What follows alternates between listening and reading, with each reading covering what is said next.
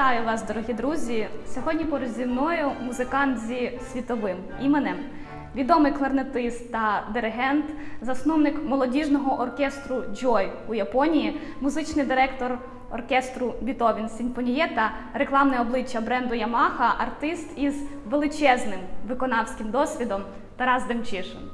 Зараз, у час боротьби за наше національне обличчя, ми говоримо про важливе. Тарасе, слава Україні! Дякую, що погодився озвучити свою позицію. Героям слава! Дякую, Катруся, що запросили мене, мені дуже приємно. Безумовно, дуже прикро і болісно працювати зараз в такій сумній тональності, в якій знаходиться вся Україна. Водночас ми мусимо відстоювати свої національні, культурні інтереси, захищати свою країну, своє майбутнє, наскільки це можливо. Зараз ти повернувся до України.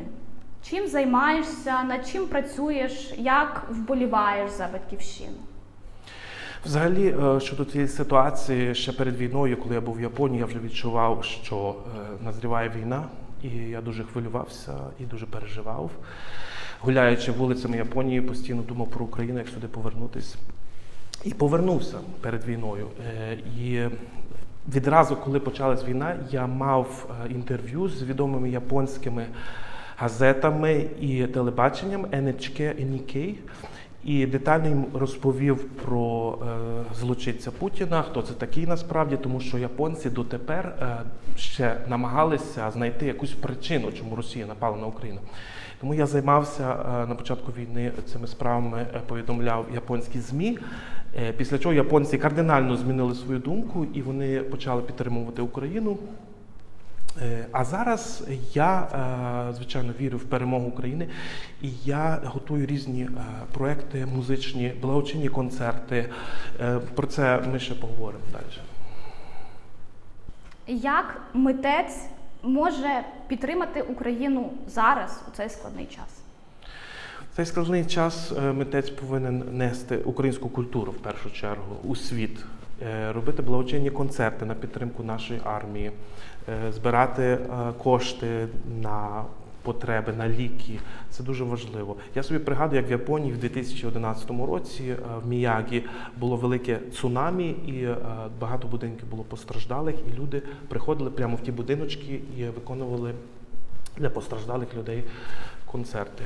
Взагалі, ця війна – це дуже болісна війна. І ще моя бабуся в дитинстві мені розказувала про цю війну, які то страшні люди, ці москалі. І ми всі були готові до цього, ми вже це знали. Тепер наше завдання – це піднімати культуру України. Зараз я займаюся створенням різних музичних організацій, проєктів і маю за ціль збирати кошти для постраждалих для війни. Музика – це також як лікарство, а музиканти – це як лікарі. Тобто митець, він повинен лікувати постраждалих людей. Як ти вважаєш зараз, у час повномасштабної війни в Україні, чи може митець, музикант дозволити собі бути, так би мовити, поза політикою? Ні, категорично ні. Ніхто не має права бути поза політикою зараз. Це стосується також і композиторів російських, і російських артистів. Тому я не бачу, наприклад, причини називати музичну школу там імені Чайковського чи імені Прокоф'єва в той час, як нас бомблять росіяни. Тобто це я вважаю безглуздям. Тому я вважаю, що диригент чи артист, він повинен офіційно сказати свою позицію. Він повинен офіційно озвучити її. І кожен день про це говорити. Мистецтво є від Бога, і ми несемо таку місію, як музиканти. Музика – це гуманність, а те, що робить Росія зараз в Україні, це не назвеш гуманним. Тому це абсолютно протирічить мистецтву. Тому ми повинні в першу чергу нести добро музикою, лікувати душі людей і, звичайно, розвивати нашу українську музику. Тарасе, у тебе дуже широке коло знайомих музикантів з різних куточків світу. З багатьма ти знайомився на конкурсах, під час гастролей, концертів. Скажи, будь ласка, як вони реагують на трагічні події в Україні? Нас підтримує зараз цілий світ, і в тому числі Японія, в якій я жив. Японці дуже тепло нас підтримують, влаштовують концерти, вони міняють програму з російських композиторів, не обов'язково на українські, але їм дуже цікаві вони. Так, серед росіян, також в мене було дуже багато знайомих. У 2010 році я виступав з другом Путіна, диригентом Гергієвим і з Маріїнським оркестром, які об'єднали на той час з японським оркестром, ми грали програму. В той час я собі навіть уявити не міг, що таке, що зараз відбувається, що це може відбутися. Ось, звичайно, приїжджали в Японію російські диригенти, артисти, виконавці, яких я знав. Багатьох російських кларнетистів я зустрічав на конкурсі в Мюнхені АРД, на якому я приймав участь. І на той час ми з ними так товаришували, спілкувалися, але коли почалось перше вторгнення вже в Крим, я вже перестав з ними спілкуватися. А зараз то я взагалі їх всіх позаблоковував. Один диригент, я не буду казати де, ми були з ним на міжнародному конкурсі по диригуванню, він мені казав, що їм, росіянам, їм взагалі не можна нічого писати, бо відразу їх садять в тюрму на 5 років. То це правда. Це Так, серйозно. так. Вони єдине, що можуть, це поставити просто чорні аватарки. Але все одно один росіянин навіть вибачався так легко, а потім він взагалі видалився. Не бояться за себе. Тому в кожній країні по-різному нас підтримують, але в більшості країнах це Німеччина, Японія, звичайно, Польща дуже. Мій друг поляк, піаніст відомий польський, який також мешкає в Японії, він поміняв з Чайковського свою програму на Косенка. Він вивчив Косенка за кілька днів буквально і виконував це в Японії. Тобто Україну підтримують на всіх фронтах, всюди. Тобто ти принципово обірвав контакти з багатьма людьми, тобі не шкода відсіювати зі свого кола таку велику кількість музикантів? Абсолютно не шкода, для мене це принципова позиція. Я більше скажу, вся російська культура, вона пов'язана з Путіним. І навіть в Німеччині весь культурний рівень Німеччини, навіть фестивалі, спонсорується російським «Газпромом», щоб ви знали про це. Ультраправі партії в Угорщині спонсоруються також Росією. Тому музиканти в Росії, вони є також пов'язані абсолютно з російським урядом, тому з ними дружити принципово нікому не раджу. Я не люблю тих людей, які кажуть, ми за мир, і виступають разом з росіянами за кордоном. Тут справа не в мирі. Вони є агресори, ми є жертва. Ми повинні це на цілий світ говорити. Я спілкуюся з казахами дуже плідно, тому що я там виступав на міжнародному конкурсі по диригуванню. Казахи дуже добре відносяться до українців, вони їх підтримують, але вони мовчать. Але ми можемо спостерігати з екранів телевізора, як Токаєв відфутболює Путіна при всіх. Тобто вони публічно, вони дуже мудро це пояснюють свою позицію, бо це дуже інтелектуальні люди, в них є своя культура, і вони бережуть свою культуру. На них також Росія зазіхала, і вони це прекрасно знають, вони дуже нас підтримують. Як можна дружити з росіянами, які в інституті Гнесіних в Москві, чи то в Санкт-Петербурзі, одягли футболку з надписом, з буквою Z і виконують Бетховена 5-ту симфонію? Є такий кліп в інтернеті, можете подивитися. Тобто всі музичні установи, вони є пов'язані. Важко собі уявити, щоб, наприклад, в Японії, коли вбивають хоч одну дитину чи жінку, щоб після того з країною-агресором хтось підтримував зв'язок. Японці би всі однозначно об'єдналися проти цієї країни і не підтримували б ніяких зв'язків. Ну, звичайно, українці зараз об'єднані. Але бути за пані брата я не рекомендую нікому. Тарасе, ти здобував музичну освіту в Україні та Німеччині. Професійну музичну кар'єру як кларнетист і диригент ти побудував у Японії, у країні із дуже високим рівнем виконавства і музичної культури в цілому. Яким музикантом ти себе вважаєш? Українським чи японським? Звісно, що я вважаю себе українцем, але 14 років в Японії серед японців, в їхньому музичному колі, це вже якоюсь мірою я себе вважаю частинкою музичного світу японців, тому що я знаю особисто знаю безліч відомих диригентів японських, виконавців, співаків, інструменталістів. Можна сказати, що на четвертинку вважаю себе і японським музикантом також. Звісно, що Німеччина дала мені колосальний вплив, коли я там навчався, і в якійсь мірі я закоханий в німецьку музику ще з дитинства, в німецьку мову, в німецьку культуру, і якоюсь мірою вважаю себе також і німецьким музикантом.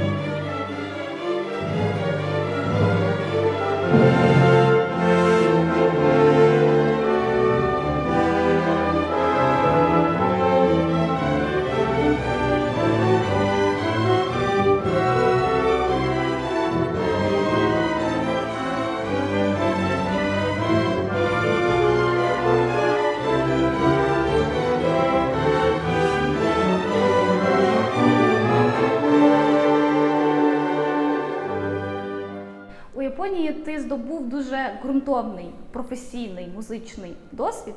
Розкажи, будь ласка, про культуру музичного виконання, слухання, організацію оркестрів, концертів у Японії. Чим відрізняється процес музичної роботи в Японії і в Україні? Я мушу спочатку розповісти історію, тому що класична музика зародилась в Японії рівно 100 років тому.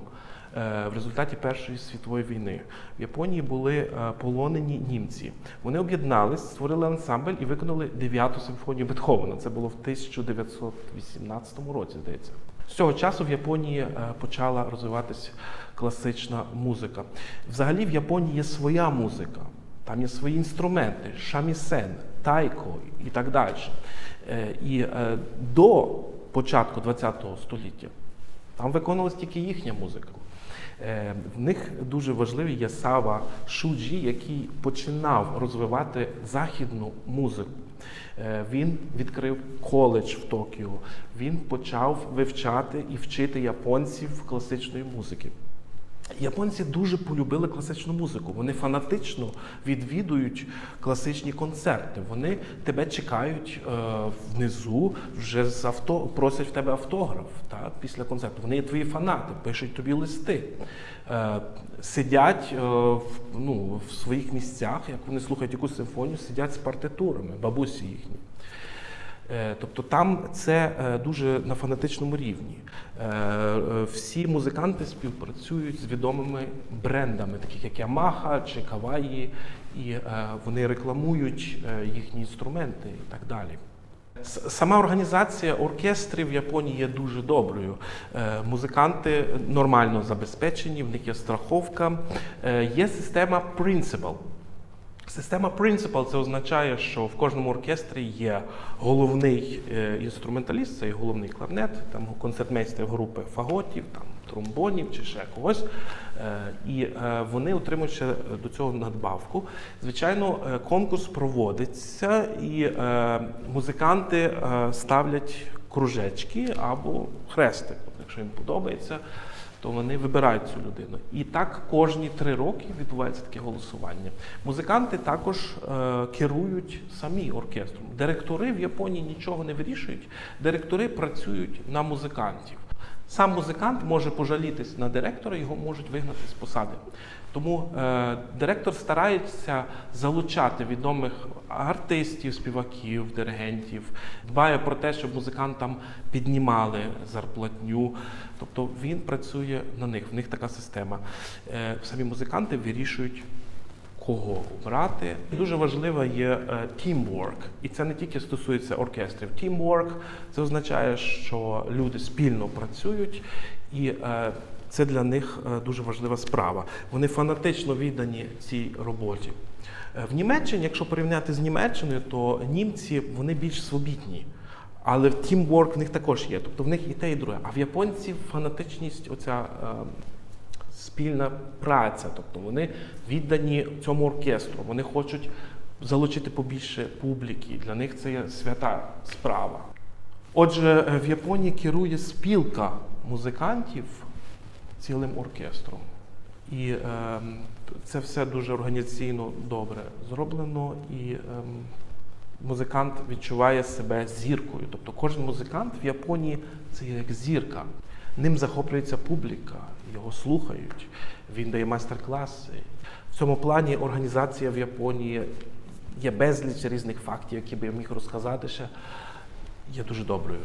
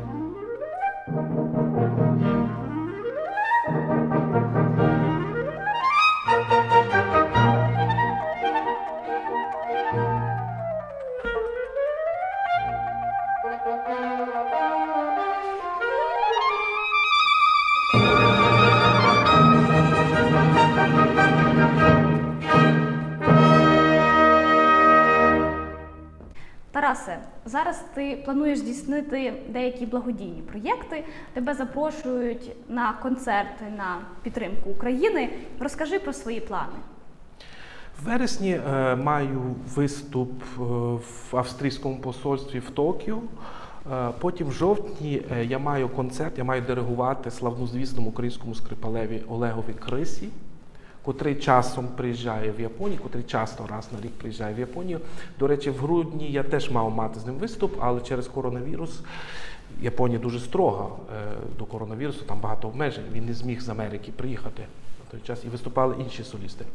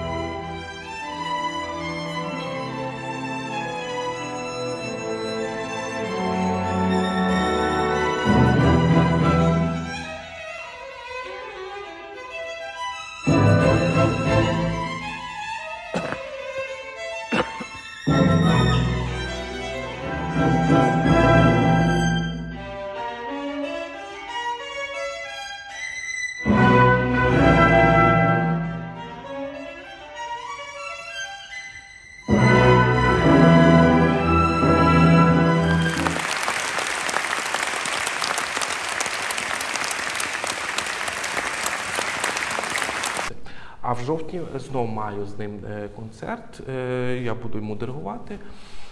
Крім того, маю в Словаччині один концерт запланований в музичній школі на підтримку України і в Польщі на польському радіо. А взагалі я вважаю, що музикант повинен доносити українську музику за кордоном. До речі, в Японії ми будемо грати українських композиторів, Березовського, наприклад, Лисенка. А японцям дуже цікава українська музика, особливо тепер. За 14 років творчої діяльності у Японії ти виконував багато творів, зокрема і російських композиторів.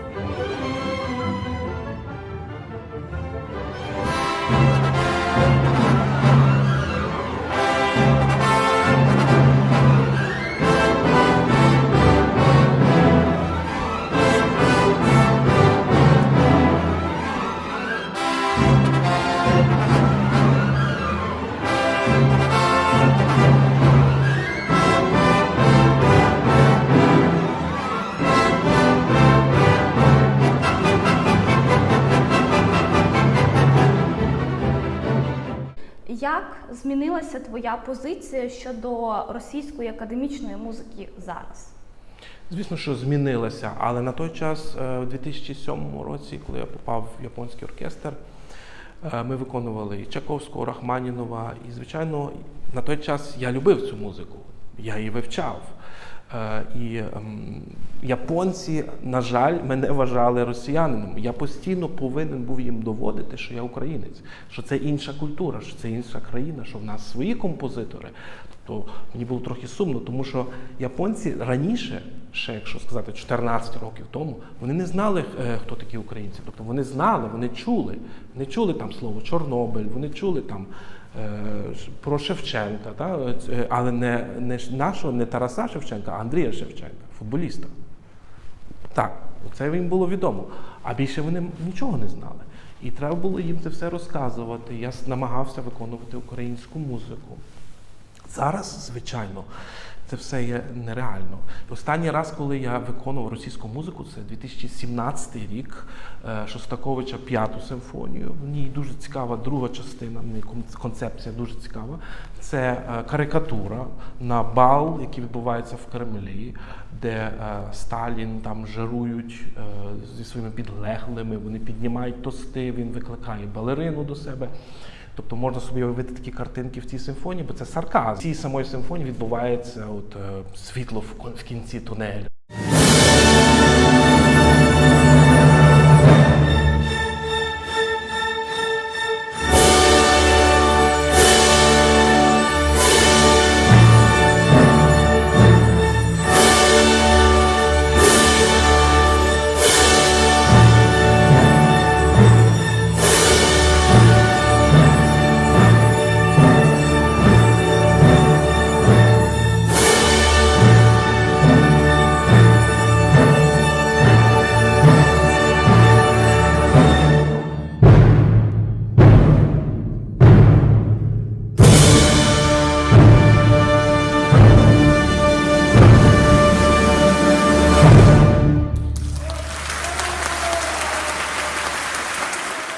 На жаль, воно не відбулося і стало ще гірше. Росія – це терористична держава, мушу визнати це. І в таких умовах зараз неможливо більше навіть говорити про цю музику. Взагалі ця музика, вона є різна. Вона не тільки позитивна, вона є дуже депресивна. Наприклад, Чайковський, мусу визнати, дуже депресивна музика, особливо шоста симфонія. Вона викликає гнів, злість, жалість. І це ультра емоційно. І, звичайно, що це іншого рангу музика. Якщо європейська музика, вона інтелектуальна, то ця музика, вона є я би не сказав слово душевно, вона є від сатани, від злого, я вважаю. Вона є дуже агресивна, вона як війна. Але навіть оці почуття тоді, коли ми виконували цю російську музику, воно приносило в якійсь мірі тоді задоволення. Зараз, коли ти слухаєш цю російську музику, то таке враження, що це летить бомба якась. Мені то саме говорив поляк знайомий. Він каже, я не можу слухати російську музику, тому що мені здається, що це летить бомба, що це звук бомби, що це якась війна. Тому моя позиція абсолютно змінилася. Варто повністю відмовлятись від російської музики?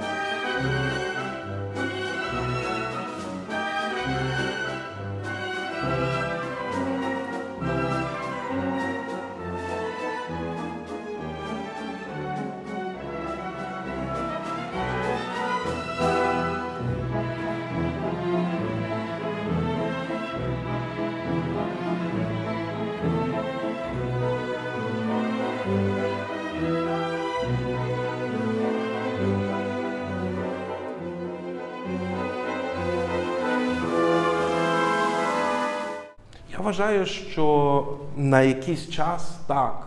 Заморозити? Заморозити, звісно, на років 20. Але за цей час ми можемо вивчати безліч композиторів. Наприклад, чеських композиторів я вважаю ближчими, ніж російських. Для мене музика Дворжака і Сметани, вони абсолютно є рідними для мене.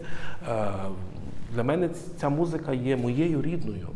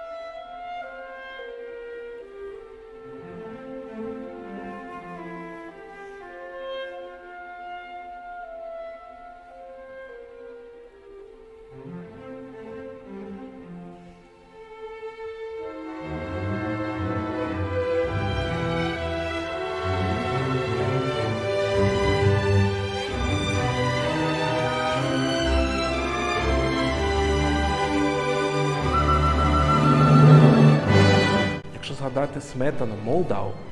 Це є цикл його композиції, може ви знаєте, «Моя батьківщина» називається. Так? Дуже багато в Японії виконують Сметану, Дворжака, його дуже люблять.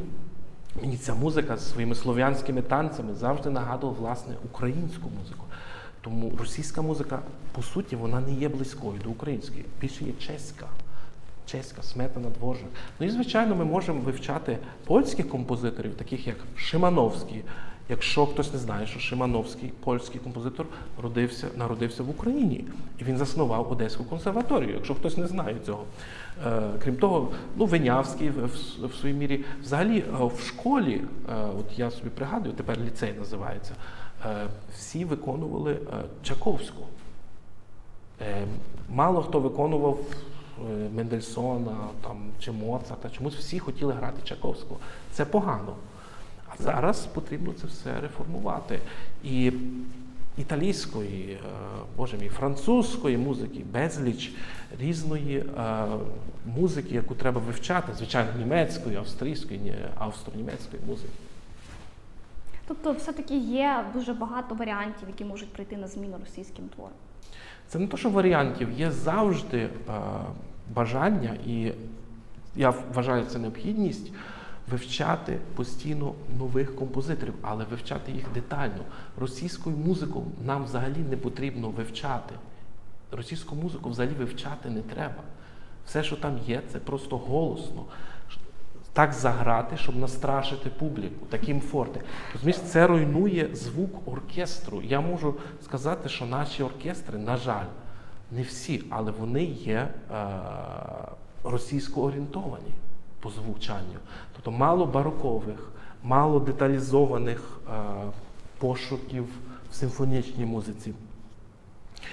Тому що російське форте, російська динаміка, вона є дуже динамічною, але тільки динамічною. Там нема нюансів, які треба вивчати. Там нема барокко, як в музиці, знову ж таки, чи в музиці Брамса. Якщо ми послухаємо музику Брамса, це ж барокко, це ж по суті музика Баха.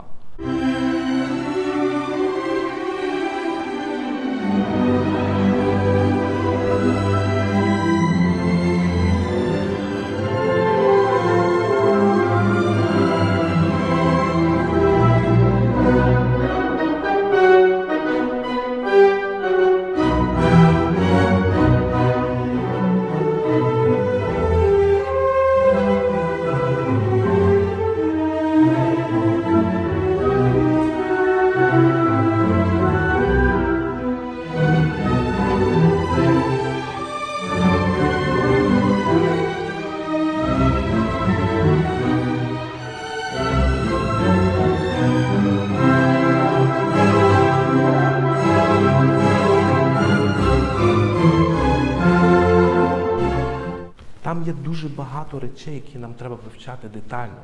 Музика Бетховена – це ж не грається голосно просто чи важко. Це грається легко, це деталі, це грається з гумором часом.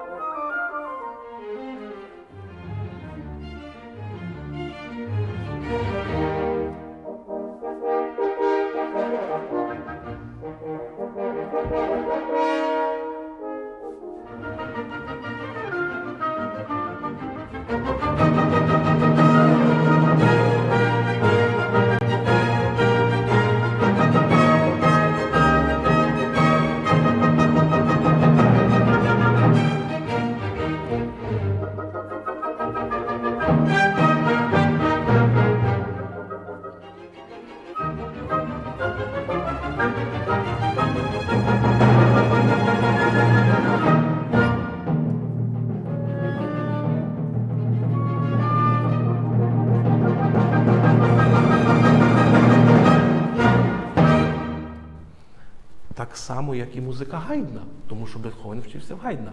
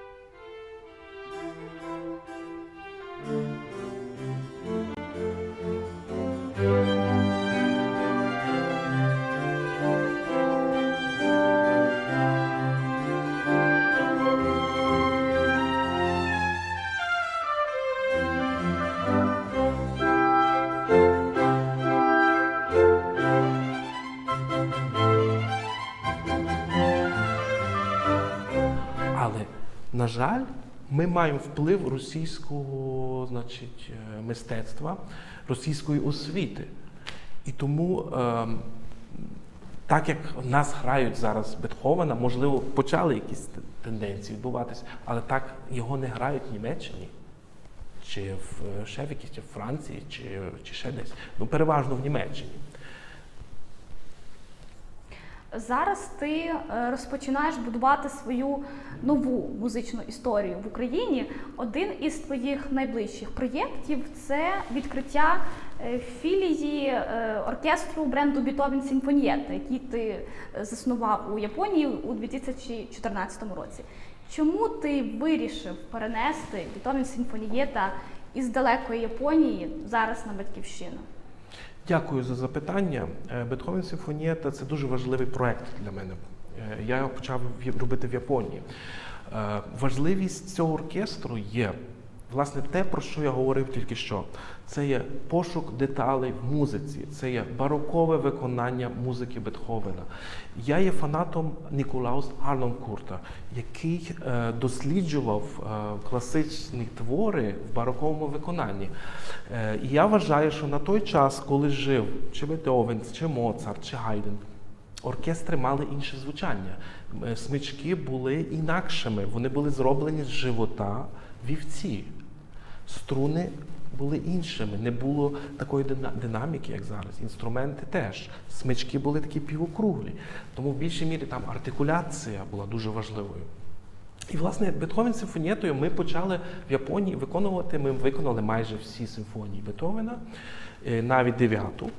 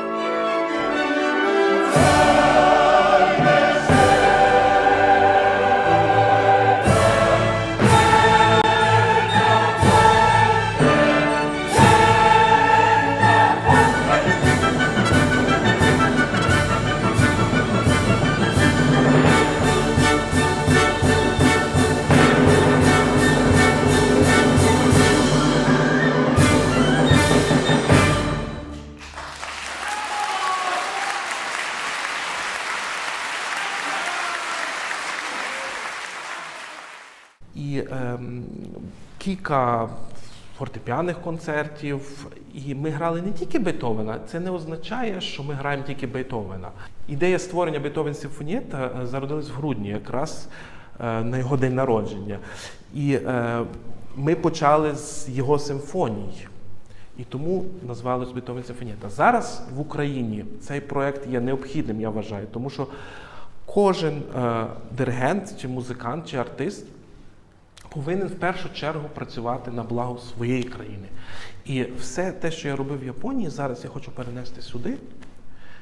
І я вважаю, що зараз, в цей момент, це є дуже важливо, тому що ми обов'язково переможемо, і це дуже важливо зараз вірити в цю перемогу і починати свою діяльність саме зараз, а не після війни. Тому ці всі деталізовані пошуки, барокове виконання ми будемо робити тепер в українському Beethoven Симфонієті. І я запрошую дорогих глядачів, слухачів на наші концерти. Яких людей ти запрошуєш у свою команду? Як музиканти можуть потрапити в оркестр Beethoven Симфонієта? Я офіційно озвучив конкурс для всіх українців. Переважно мене цікавить молодь, яка горить бажанням вчитися чогось нового в музиці. І тих музикантів, які цікавляться бароковим виконанням класичної музики. Це мені дуже важливо. І щоб просто були музикантами і любили свою справу фанатично. Тобто вони можуть з тобою сконтактуватися і ти запросиш їх? Так, будь-хто може зі мною сконтактуватися на Beethoven Sinfonia та Фейсбуці. Пишіть ваші повідомлення, якщо вам цікавий цей проєкт, якщо б ви хотіли долучитись, присилайте ваші відео. Ми чекаємо на вас. Чим буде особливий оркестр Beethoven Sinfonietta в Україні? В яких напрямках плануєте працювати? Ну, в першу чергу, особливий він буде, власне, бароковими виконаннями українських композиторів. Зараз от Березовський, Бортнянський. Звичайно, ми починаємо з Березовського і Бортнянського.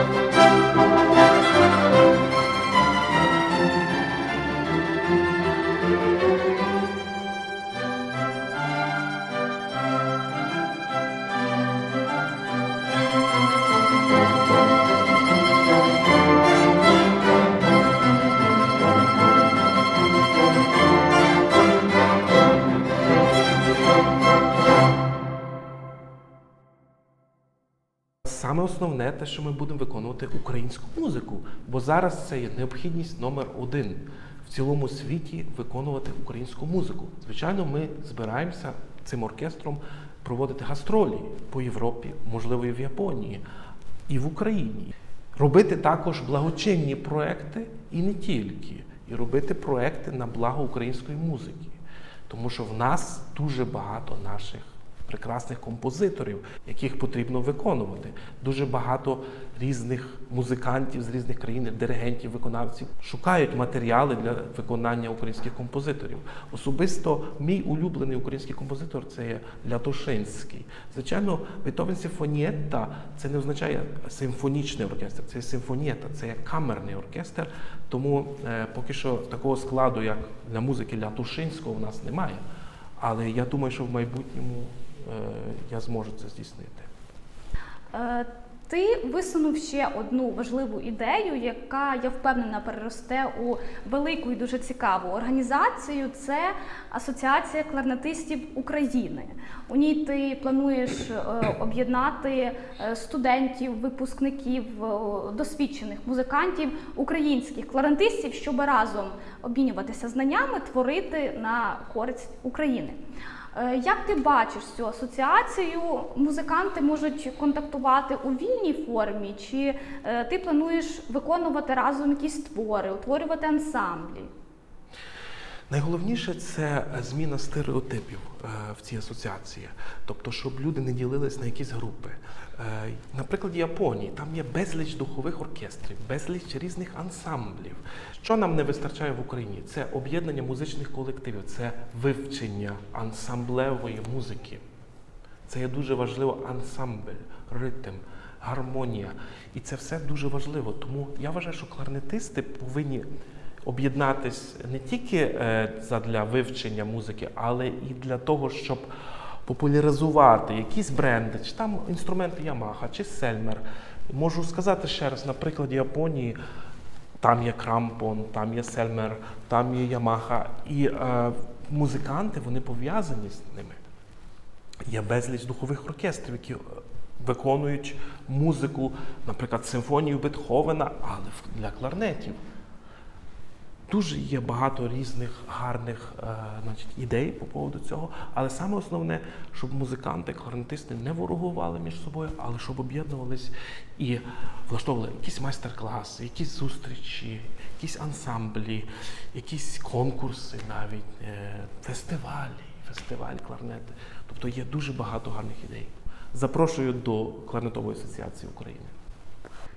Ти дуже любиш підтримувати молодих музикантів, студентів, випускників, учнів. Ти завжди відкритий до співпраці, до комунікації. Зрештою, твій той довгий шлях від Львова до Європи, до Японії дозволяє тобі наставляти молодь. Озвуч, будь ласка, коротко кілька порад для досягнення успіху у житті і в професії. Дякую. Я дійсно дуже люблю молодих музикантів, бо я сам ним і був. Зрештою, я і зараз молодий, але я дуже поважаю молодь. Для мене це є святе. Мені дуже важливо, щоб молодь не була травмованою. Мені дуже важливо, щоб вони вивчали музику в розслабленій атмосфері, в любові. Потрібно займатися також якимось спортом, йогою. Це також дуже важливо. Мені навіть такий відомий кларнетист Карл Лайстер, яким я дуже захоплювався, німецький, сам особисто сказав, ти повинен займатися йогою, тому що ти трохи нервовий, ти нервуєшся на сцені, ти повинен стояти рівно. І це мені дуже допомогло в житті і в подальшому виконанні. Тобто, наприклад, коли я навчався в Ганс Айслер в Берліні, то в нас був такий предмет, як йога. І це було пов'язано з музикою. Олександр Технік називається. І це дуже важливо для музикантів. Далі, по ментальності. Музикант повинен бути сильним. Він повинен бути трошки наглим. Повинен пхатися. Тобто реалізовувати свої мрії. Це дуже важливо. Ну і повинен багато займатися. Тобто треба грати основи, треба грати гами, етюди. Не тільки концерти, відразу брати концерти, тобто починати з простого, але базові речі є дуже важливими також. І старатися знайти спокій. Тобто це все треба об'єднувати і шукати, якщо конкретно по кларнету говорити, то кожен кларнетист має в голові свій звук в серці, який він шукає ціле життя. І він постійно до нього наближається. Це може бути темний, круглий звук, це може бути бархатний звук, але кожен має свій звук.